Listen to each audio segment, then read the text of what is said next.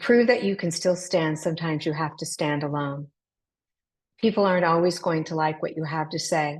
My name is Susan, and I thought I was just a regular kid playing in the garage.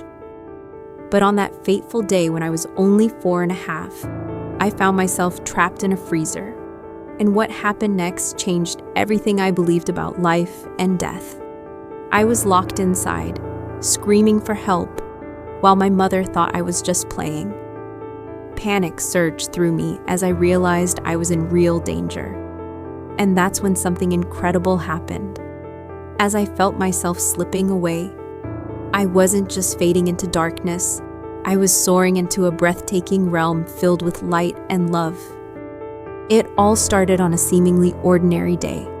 I was playing with some boys, and they dared me to climb into an unplugged freezer in the garage. They promised I could join their fun if I could just get some popsicles. Little did I know, this innocent game would lead me to an experience that many only dream about. I climbed into that freezer, thinking it was all just part of the game.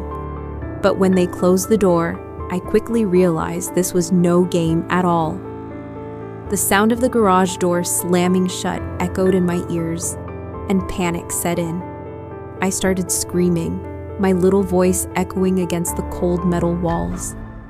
It felt like my survival instinct kicked in. I knew something terrible was about to happen.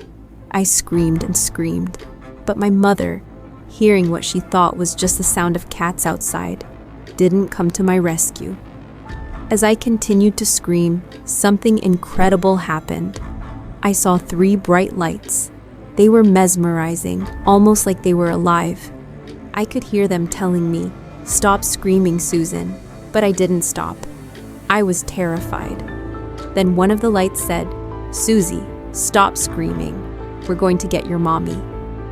That's when I felt something shift within me. Suddenly, I felt myself leaving my body. It wasn't like what I'd heard from others. I didn't look back at my physical form.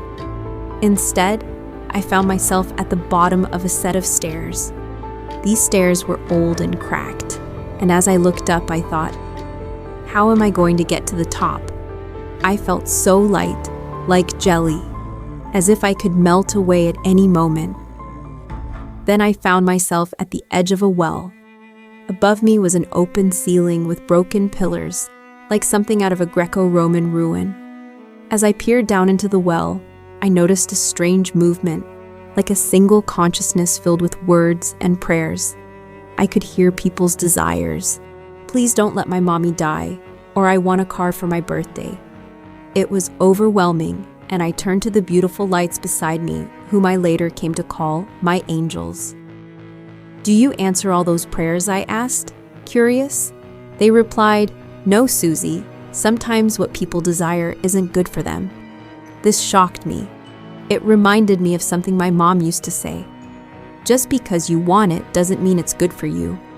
I was confused and scared, but I felt safe surrounded by that kind energy.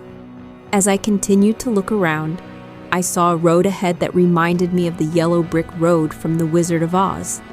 In front of me were pyramids, and I watched as people came in, pulling from the bottom of these pyramids to pave their paths. I felt that I understood that this was about their life journeys, their balance. But I also saw them struggle, dropping to their knees in despair, crying out for help. The beautiful lights began to remove papers from the bottom of the pyramids and put them back, pulling new pavers from the top to create a golden path. I was fascinated and asked, "What are you doing?" They responded, "We are the pavers. You are not. All you have to do is walk it." I was still confused. "How do you know if you're walking it right?" I questioned.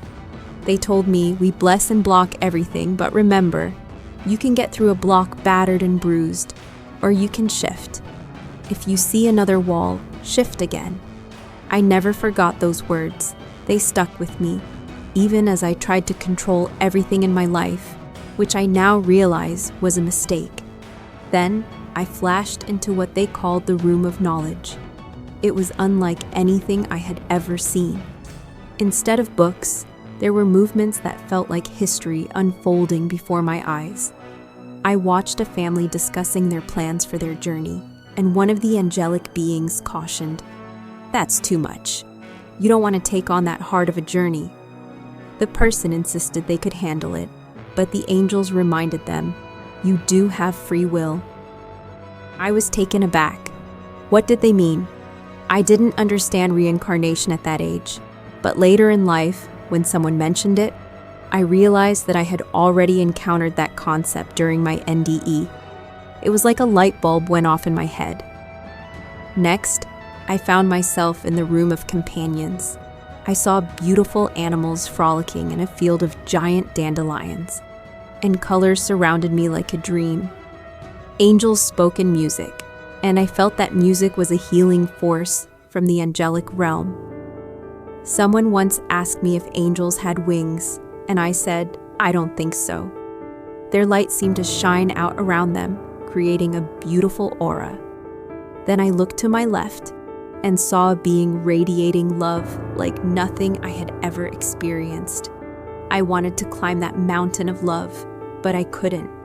Instead, this ray of love came towards me, filling me with an indescribable warmth. In that moment, I felt perfect, whole, and loved in a way I had never felt before. To my right, I noticed a pyramid-shaped crystal. It was beautiful and shimmering, and I saw faces and bodies moving within it. I reached out to touch it, knowing deep down that if I entered, I wouldn't be coming back. I understood that I was witnessing the spirits of those who had crossed over, and it was a profound moment for me. Then, a beautiful angelic being floated towards me and said, "It's time to go." I felt a sense of acceptance wash over me. I was next to a river, the most beautiful water I had ever seen, flowing gently and shimmering in a way that took my breath away. But then, everything changed. I remember the angels telling me I was going to have a hard life and that I would be helping people through it. I accepted that, even though a part of me didn't want to leave this beautiful place. I wanted to see my mommy again, but I didn't want to go back to the struggles of life.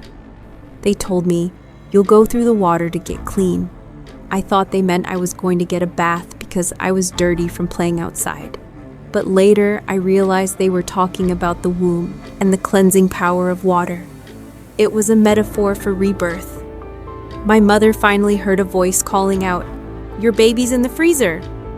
After hearing it 3 times, she took action, opening the garage door and finding me inside.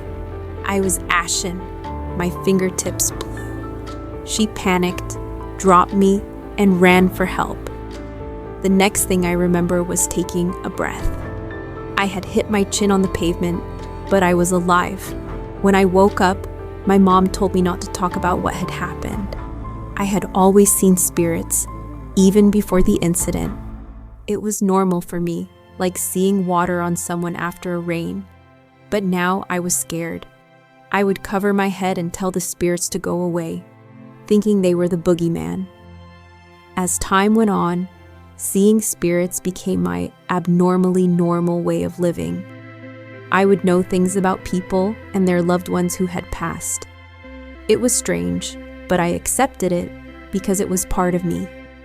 I would often wake up with messages from the other side, especially in my teenage years.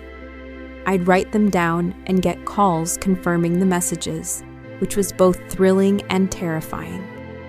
Around the age of 19, my Nana passed away, and she came to me in a profound way. This experience pushed me to reach out to UCLA Medical Center, where I learned about ESP, extrasensory perception. When I called, the man on the other end said, "It sounds like you're a medium." I had no idea what that meant, and it freaked me out. I hung up and didn't speak about it for a long time. Eventually, I became a grief and addiction specialist and counselor. I started to embrace my abilities, even though I worried that people would think I was crazy.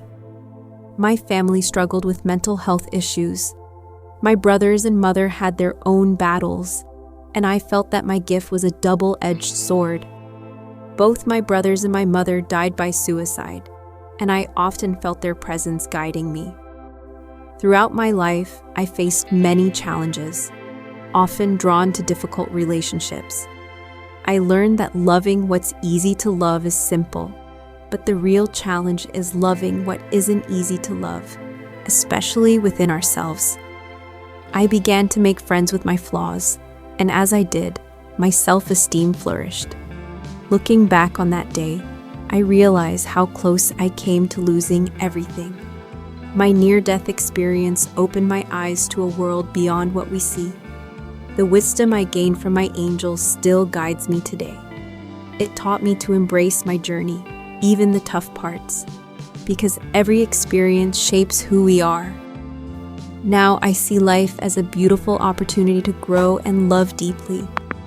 I know that even in our darkest moments, there is a light waiting to guide us home.